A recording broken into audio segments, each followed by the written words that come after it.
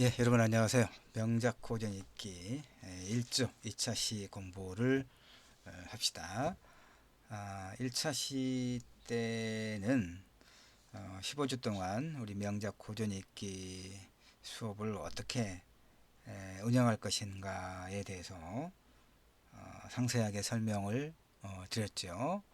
그리고 2차 시에는 우리가 책을 읽는다는 것은 도대체 어떤 의의가 있느냐, 이것에 대해서 한번 기본적인 내용이기 때문에 같이 살펴보기로 했죠. 그래서 우리 명작 고전 읽기 1주 2차 시, 오늘은 문학 작품 읽기의 의의에 대해서 공부를 합시다.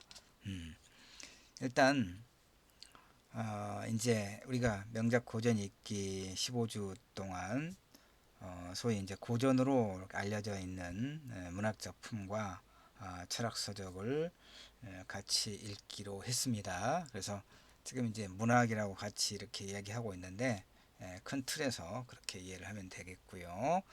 우선 문학은 인문 분야의 기본 토대 역할을 해 왔어요.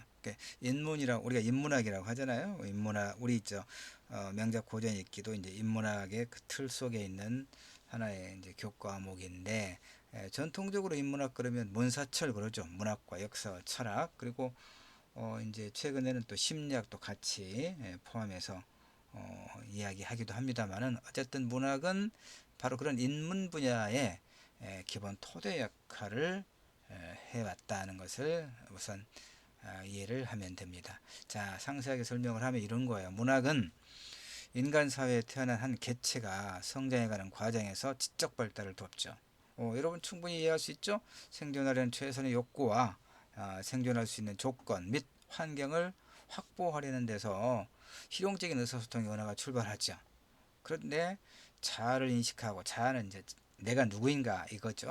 자아를 인식하고 또 나를 표현하며 더 나아가 세계에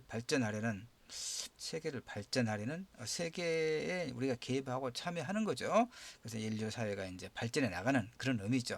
그런 어떤 최선의 욕구를 나타내려 할 때 주체화되고 상징적인 언어, 즉 문학의 언어가 등장한다, 이런 얘기죠. 그러니까 일상 실용적인 의사소통의 언어와 문학의 언어를 조금 구분해서 설명하고 있습니다. 실용적인 의사소통의 언어는 생존과 관련된 것이죠. 기본적으로 의사소통과 관련된 거, 배고프다, 뭘 먹고 싶다, 목이 마르다, 뭘 마시고 싶다, 이런 거죠. 생존의 그 욕구와 관련된 그런 이제 필요에 의해서 이렇게 실용적인 의사소통의 언어가 출발했다, 이런 얘기입니다. 그럼 문학의 언어는 바로 이런 것들, 자아를 인식하고 표현하고, 그 다음에 세계에 개입해서 인류의 발전에 뭔가 내가 참여하려고 할 때 바로 그런 욕구, 우리는 공동체 이론으로 살아가면서 공동체의 문제에 개입하고 공동체가 발전을 하는 데 있어서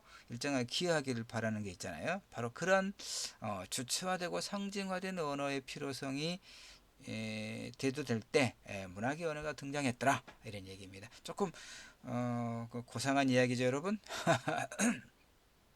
그 문학은 인간이 유년기부터 세계를 인식하는 창으로 작용해요. 이건 뭐냐면 우리가 어렸을 때부터 이제 부모님이, 특히 어머님이라든가 조금 더 잘하면 학교에서, 유치원 학교에서 우리가 책을 읽도록 하죠. 그러니까 책을 바로 이런 얘기입니다. 유년기부터 세계를 인식하는 창이다. 그러니까 책을 통해서 세계를 우리가 이해하는, 세계와 마주하는 그런 역할을 하고 있다, 이런 얘기죠. 좀 더 자라서 성장기의 정신적 긴장과 현실 세계의 충돌을 경험할 때 우리는 많은 성장 소설들에서 위로를 받고 자신의 새로운 지평을 열 수 있도록 도움을 받는 그런 역할을 이제 문학이, 그다음에 책이 그런 역할을 해왔어요.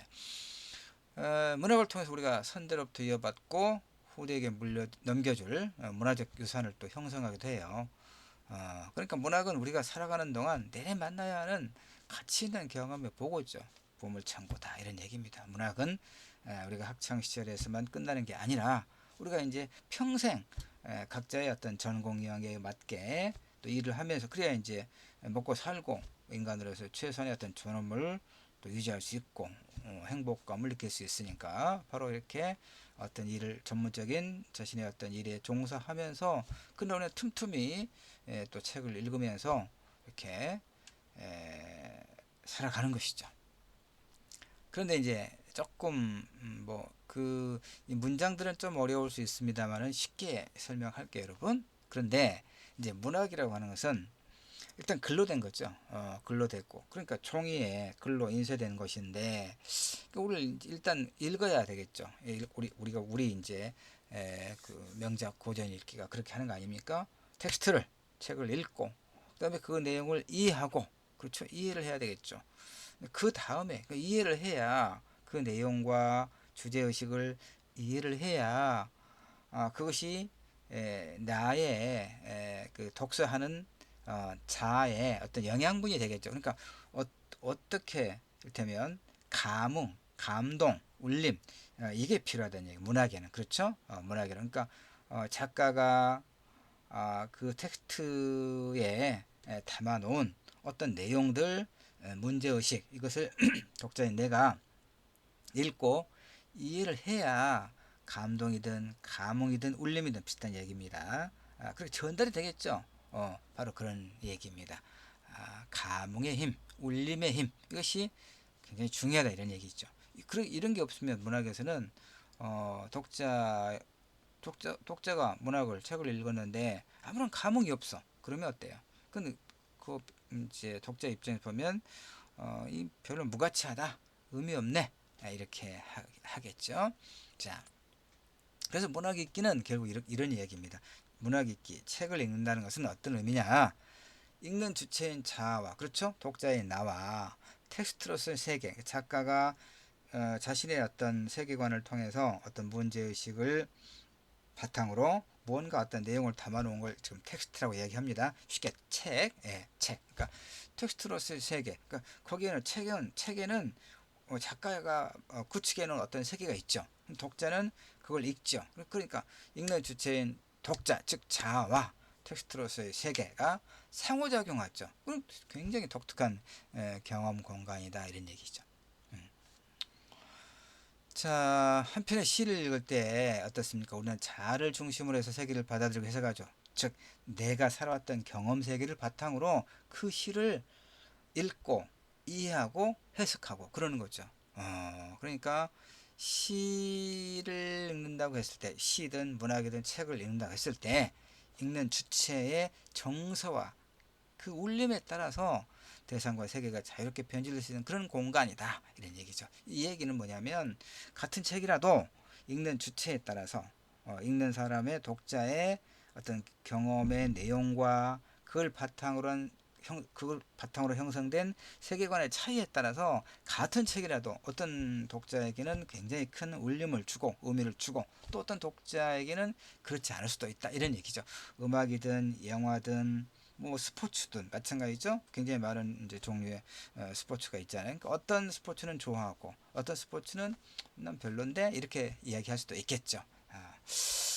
자, 근데 이제 이 말은 사회과학에서는 이제 그렇지 않다고 말해요. 문학은 독자의 반응이 제각각일 수 있다.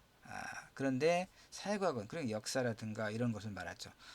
역사는 독자 해석의 여지가 거의 없죠. 이미 해석돼 있는 그런 어떤 그 텍스트를 독자가 읽게 되니까 그거야. 해석의 자유로운 변주가 문학은 더 넓다 이런 얘기입니다. 근데 이제 사회과학은 그렇지 않더라.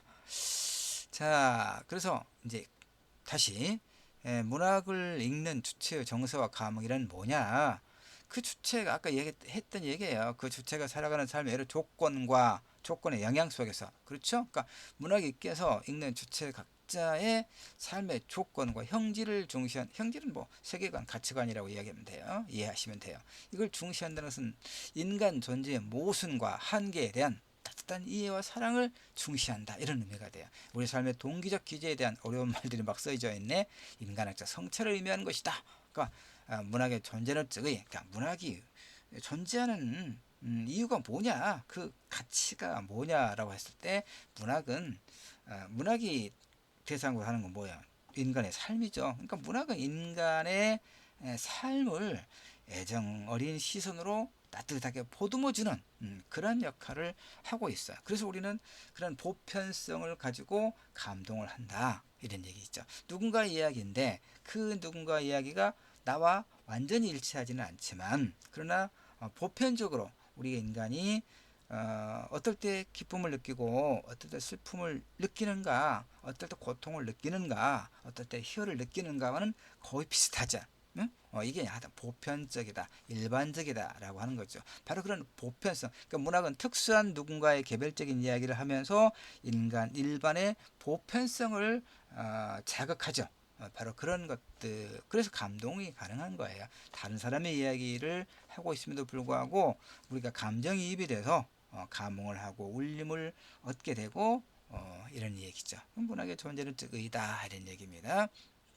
문학의 있기는 세계를 향해서 우리의 자아를 조절하고 동화해 나가는 공간이다. 조금 뺍시다. 빨간 글씨만 봅시다. 자아의 존재와 의식을 문학 있게 공간 속에서 반성적으로 반성. 자, 성찰이다 이런 얘기. 성찰. 그러니까 문학을 읽으면서 책을 읽으면서 우리는 자기 자신을 또 돌아볼 수 있는 하나의 계기고 계기로 만들 수 있다. 그런 의미의 문학 있게 의 중에 하나가 자신을 반성적으로 돌아볼 수 있는 하나의 계기가 된다.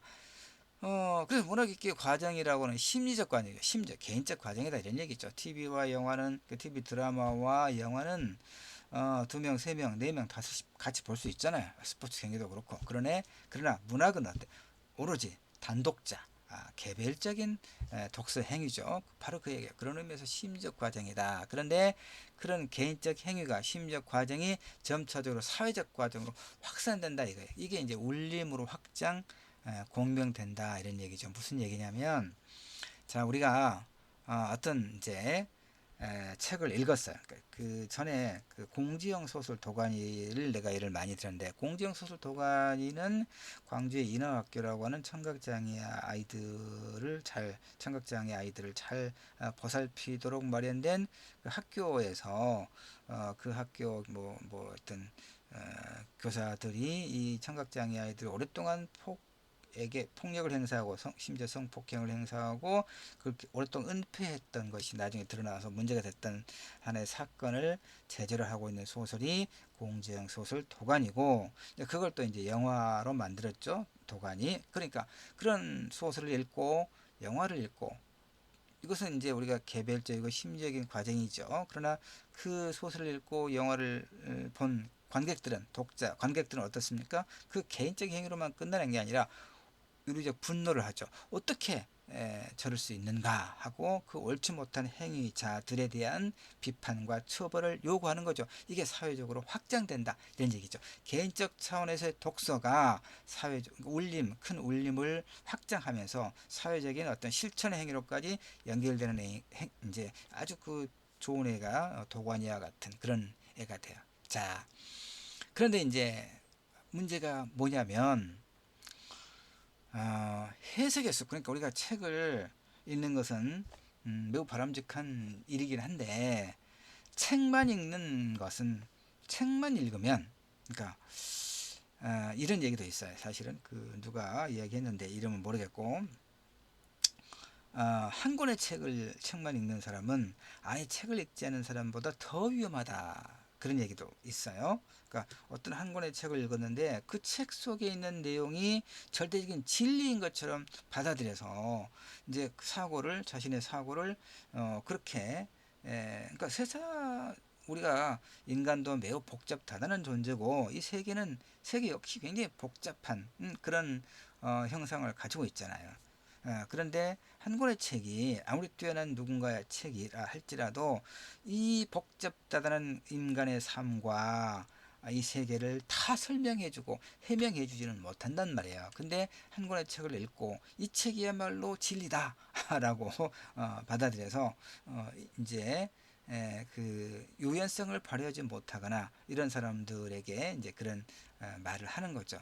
아예 책을 한 권도 읽지 않은 사람보다 단 한 권의 책만 읽은 사람이 위험하다. 그런데 또 이제 이야기하고 싶은 얘기는 뭐냐면 책만 읽으면 지식은 확장되는데 자기 해석의 숲에 그 갇혀 있을 경우가 갇혀 있을 수도 있어요. 그러니까 어떤 책을 읽고 다른 사람은 또 어떻게 생각하는지 우리가 독서 토론을 하는 거죠. 그런 기회가 있다면 더 좋고, 그런 기회가 마땅치 않으면 이제 이런저런 글들을 좀 많이 읽어볼 필요가 있어요. 평론이라고 하죠. 어떤 책을 읽고 관점에 따라서 각자 다른 평가를 하거든요. 이걸 좀 골고루 읽어보면 균형 잡힌 시각을 내가 가질 수 있다, 이런 얘기예요. 그 얘기를 지금 이 장에서 하고 있는 겁니다. 그리고 우리가 대면 수업을 한다면 내가 이제 처음에 강의교육서에서는 이렇게 몇 차례 나누어서 모둠끼리 토론도 하고 발표도 하고, 그래서 우리가 책을 읽고 하나의 해석뿐만 아니라 다양한 해석을 이렇게 참고할 수 있는 그런 이제 강의교육서를 만들었었는데, 이번 2학기에도 불가피하게 코로나 바이러스가 더 확산하고 있는 그런 문제 때문에 대면 강의를 못하고 이렇게 비대면으로 하고 있어서 토론을 한다고 하는 것이 너무 제약이 많죠. 글로밖에 할 수 없기 때문에 자, 어렵긴 합니다. 자, 그런 문학 읽기는 이런 거예요. 이런 이제 단계를 밟는 거죠. 감흥, 울림, 감동, 이거죠. 해석, 인식. 좀 어렵긴 합니다만 이 과정이 순환적으로 상승되는 구조다, 이런 얘기고요. 자, 넘어가도록 합시다. 문학 읽기는 상상력이 지배하는 공간이다. 상상력. 문학은 허구죠. 허구가 뭡니까? 현실에 바탕을 두기는 하지만, 왜냐하면 문학의 대상 인간의 삶이라고 그랬으니까. 그래서 문학은 현실에 바탕을 두거나 있지만 현실 그대로 기술하는 게 아니라 작가의 상상력의 공간을 확장해서 그 어떤 현실의 문제, 현실을 이렇게 비틀거나 하는 거죠. 이게 상상력입니다. 상상력. 독자도 마찬가지죠. 우리가 활자로 된 책을 읽으면서 거기에는 글자밖에 없지만 우리 독자는 그 글을 읽으면서, 그 문장들을 읽으면서 어떤 인물의 형상과 그의 어떤 고통과 기쁨이라든가 이걸 상상하면서 읽는 거죠. 그러니까 문학 읽기는 상상력이 지배하는 공간이다, 그런 얘기입니다. 그럼 문학을 읽는 사람은 단순히 정보를 얻기 위해서 글을 읽는 사람과는 질적으로 다른 정신적 경험을 겪게 돼요. 문학은 그 자체가 형상화된 하나의 상상력의 산물이죠. 그래서 우리는 문학을 읽는 행위를 미적 경험이라고, 미적, 아름다움 경험이다, 이런 얘기죠. 초월적 사유라고도 해요. 감동적 발견이라고 부르기도 해요. 이 모두 상상력의 작용을 전제로 하는 그런 개념들이거든요. 있는 것에서 있지 아니한 것 또는 있어야 할 것을 추구하는 자유로운 정신의 활동이 문학의 생산과 수용 양면에 모두 작용한다 하는 것이 굉장히 중요한 내용입니다. 문학은 상상력이 인간 정신 작용의 고차원적 작용임을 보여주는 매우 좋은 텍스트죠. 번박하게 좀 간략하게 이야기하면 상상력은 꿈꿀 수 있는 힘을 의미해요. 정교한 정의로 보면 세계를 재구성하는 정신적 능력, 이렇게 설명할 수도 있고요. 그럼 재구성한다는 것은 뭐냐? 있는 것을 지향하고 그걸 다시 다른 차원으로 고양하려는 의지. 자, 뭐냐면 문학은 그러니까 디스토피아적인 어떤 삶을 보여줘요. 우리가 살아가면서 그 다양한 어떤 경험 속에서 우리는 희노애락을 느끼잖아요. 그러니까 우리의 삶은 행복한 부분도 분명히 있고 그렇긴 하지만 기본적으로 우리는 여러 가지 어려움, 억압, 현실의 억압, 제약 속에 살아가는 그런 존재잖아요. 그러니까 문학은 아주 행복한 사람의 삶을 보여주지는 않아요. 뭔가 좀 부족하고, 뭔가 좀 어떤 결핍되고 그런 어떤 존재의 어떤 고통의 모습을 보여줌으로써 그 고통 너머로 그 고통이 해소된, 그러니까 이 디스토피아적 그런 재난적 상황을 통해서 보여줌으로써 그 재난적 상황이 해소된 전 세계, 어떤 세계, 유토피아적 세계를 꿈꾸는 것이 문학이다, 이런 얘기예요. 그러니까 상상력이 꿈꿀 수 있는 힘이다라고 하는 것은 바로 그거예요. 현실에 어떤 부정적인 현실, 억압적이고 고통스러운 현실을 넘어서서 그런 어떤 유토피아적인 세계를 꿈꿀 수 있는 그런 상상력의 공간이 문학이다 이런 얘기죠. 그래서 체게바라 같은 경우는 이렇게 이야기했어요. 우리 모두 리얼리스트가 되자. 리얼리스트. 현실주의자. 그러니까 이 꿈이라고 하는 것은 몽상을 말하는 게 아니에요. 현실을 외면한 그런 그 어떤 모래성 같은 것이 아니라 모두 현실을 직시하면서 그거야.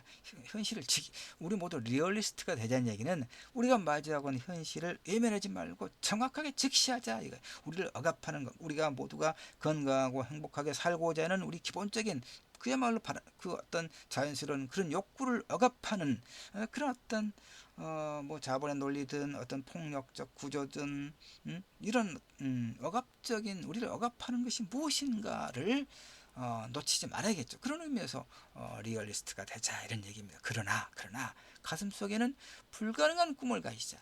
그게 뭡니까? 아까 상상력, 이런 어떤 재난적 상황, 디스토피아적 상황을 넘어서서 유토피아적 세계를 꿈꾸자 이런 얘기입니다. 지금 우리가 거의 2년째 이 코로나 바이러스가 전 세계적으로 창궐을 하면서 일상이 거의 정지되고 자영업자들과 중소사업자들은 엄청난 고통에 시달리고 있죠. 뭐 우리 젊은 친구들도 아르바이트 자리도 많이 축소되고 이런 여러 가지 어려움이 있죠. 물론 코로나 바이러스 이전에도 그런 종류의 어려움이 없는 건 아니지만 특히 이제 코로나 바이러스라거나 이런 상황과 조건 속에서 더 많은 어려움을 겪고 있죠. 그래서 이제 이것도 나중에 까미 소설 페스트라든가 이런 소설을 읽을 때 좀 더 이제 깊이 있게 이야기를 나눌 겁니다. 하여튼 문학은 성찰과 감동을 제공하는 거예요. 그래서 우리에게 상상력의 날개를 이용해서 더 높이 갈매기 꿈처럼 갈매기 그 조나단처럼 더 높이 비상할 것을 요청하죠. 세계를 재구성하려는 의지로 인해서 우리는 우리의 삶에서 순간순간 역동성을 창출해 갈 수 있다 이런 얘기죠. 도쿄 올림픽에서 뭐 이제 여러 뭐 양궁도 그렇고 그런 이제 4위로 그치긴 했습니다만은 여자 아, 배구팀이었죠. 예, 배구였죠. 김연경을 필두로 한 4위로 그치긴 했습니다만은 그 어떤 감동의 드라마. 그래서 그 매 순간순간 최선을 다하는 그러면서도 그 상황을 즐기는 그런 긍정적인 모습을 보고 우리는 감동을 했잖아요. 바로 그런 것처럼 우리는 각자가 처해 있는 상황은 다 다르지만 그러나 그런 어떤 상황적 조건 속에 매몰되지 않고 그것을 넘어서려고 하는 끊임없는 어떤 노력과 의지가 필요할 것인데 문학을 통해서 우리는 그런 어떤 힘을 얻을 수도 있을 것이다. 그런 얘기를 지금 제가 하고 있는 겁니다.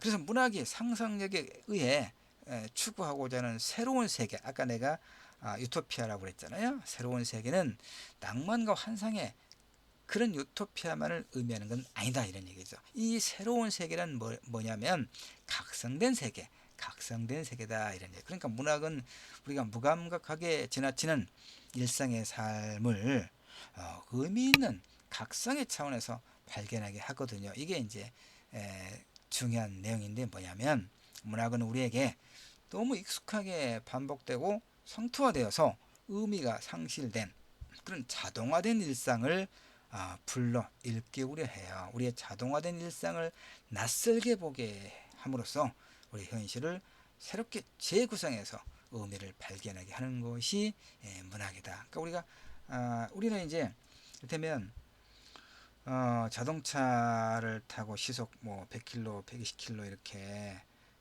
고속도로를 질주하면 전면밖에 보지 못하잖아요. 그렇죠?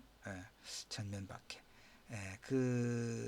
도로 주변에 뭐 되면 그 아득하게 펼쳐져 있는 어떤 뭐 초원이라든가 논밭이라든가 이런 걸 볼 겨를이 없죠. 그런데 우리가 조금 속도를 늦추고 조금 늦추고 간다면 우리는 그 그 철도변에 피어 있는 가을의 어떤 코스모스라든가 이런 것들을 우리가 음미하면서 갈 수 있겠죠. 조금 비유가 적절했나 적절하지 않았나 좀 말을 하고도 좀 저하는 측면이 있긴 합니다만은 이거예요. 어쨌든 자동화된 일상. 그러니까 우리는 매일같이 아침에 일어나서 저녁에 잠들 때까지 거의 어떤 그 관행적인 관습적인 일상, 즉 자동화된 일상을 살아가잖아요. 근데 문학이라고 하는 것은 그렇게 자동화된 우리의 일상을 좀 낯설게 보게, 새롭게 보게 함으로써 우리 현실을 새롭게 재구성해서 의미를 발견하게 하는 것. 그러니까 우리가 어떤 문학 작품을 읽고 어떤 책을 읽고 그 책 속에 들어있는 어떤 인물의 삶을 통해서 자신의 삶을 한번 새롭게 재구성해 볼 수 있는 하나의 계기가 될 수 있는 거잖아요. 이런 인물과 같은 삶을 나도 살아야 되지 않겠는가? 아니면 이런 인물과 같은 삶을 내가 살 수는 없다라고 하는 그런 각성, 깨달음의 어떤 차원이 열리는 것이죠. 문학을 통해서. 자, 이제 거의 끝입니다. 문학 읽기의 궁극적, 궁극적 의의는 그럼 어디에 있느냐? 문학 읽기의 궁극적 목적은 실천, 실천은 나가야 된다 이런 얘기죠. 실천, 주체로서의 인간, 주체. 이것도 이제 2주차 사르트르의 구토를 읽으면서 사르트르가 말했던 실존주의 사상과 관련돼서 이야기하면서 실존주의란 뭐냐 이야기하면서 내가 굉장히 그러니까 강조를 많이 할 내용이 바로 주체로서의 인간, 주체. 내가 객체, 나그네가 아니고 내가 내 삶의 객체, 나그네가 아니고 내가 내 삶의 주체가 되는 데 있어서 문학 읽기는 이제 매우 큰 역할을 하는데 그냥 수동적인 독자로서의 그런 행위만 가지고 그런 태도만 가지고서는 주체로서 인간을 형성할 수는 없다 이런 얘기죠. 그러니까 그럼 어떻게 되느냐? 문학 작품을 읽으면서 우선 느끼고 자기의 경험과 주관을 대입해보고 객관에서 설명해보거나 평가해보고 마침내 그 세계를 자신의 관점에서 파악하고 인식하는 그런 과정을 거쳐서 자 볼까요? 그래서 생산적 문화행위 이것도 뭔가 문학을 읽고 그 작가가 돼야 된다 그런 얘기는 아니죠. 어떤 어디 봅시다. 조금 여기 가면 진정성을 본질로 하는 그러니까 비판적 지성의 구현이다 이거예요. 그러니까 어떤 생산적 행위 그다음에 주체적 인간의 모습을 형성하는 것 그런 실천적 삶 이것이 이제 내가 2차 시에서 강조하고 있는 문학작품 읽기 책을 읽는다는 것의 궁극적 의의가 뭐냐 이거였죠. 비판적 지성의 구현이다 이런 얘기죠. 그러니까 비판 학문과 인류의 문명이 발전해 오는 데 있어서 가장 핵심적인 인문학적 사유는 뭐냐면 왜라는 질문이에요. 왜라고 하는 비판적 질문을 통해서 이게 이제 우리가 대학생으로서 그다음에 이제 그런 지성인으로서 우리 사회 주요한 지성인으로서 어떤 비판적 지성을 갖추고 그것을 왜냐는 그러니까 당연한 듯 보이는 그런 어떤 현상들에 대해서 왜라는 비판적 질문을 던지고 답을 찾아가는 그런 어떤 비판 지성의 구현, 실천적인 지식인의 모습을 형성하는 것 이것이 문학 읽기에 책을 읽는다는 것의 궁극적인 의고 목표다 이런 얘기죠. 여러분 이해하실 수 있겠죠? 자, 여기까지 해서 지금 문학작품 읽기, 책을 읽는다는 것은 어떤 의미와 가치가 있는가, 이런 것들에 대해서 설명을 한 30분가량 했습니다. 자, 글만 보면 이 자료는 뭐 제공해 주겠지만 이 글만 보면 조금 어려운 내용들이 있습니다. 글이라고 하는 게 좀 그렇습니다. 어떤 개념어들이 들어있기 때문에 그러나 이제 내가 여러분에게 전혀 어렵지 않게 이 지금 25 페이지의 PPT 자료인데 여러분에게 어렵지 않게 설명을 해드렸어요. 자, 명작 고전 읽기 1주 2차 시 문학작품 글을 읽는다는 것은 어떤 의의가 있느냐, 이런 것에 대해서 설명을 했습니다. 여기까지 하겠습니다. 수고하셨습니다.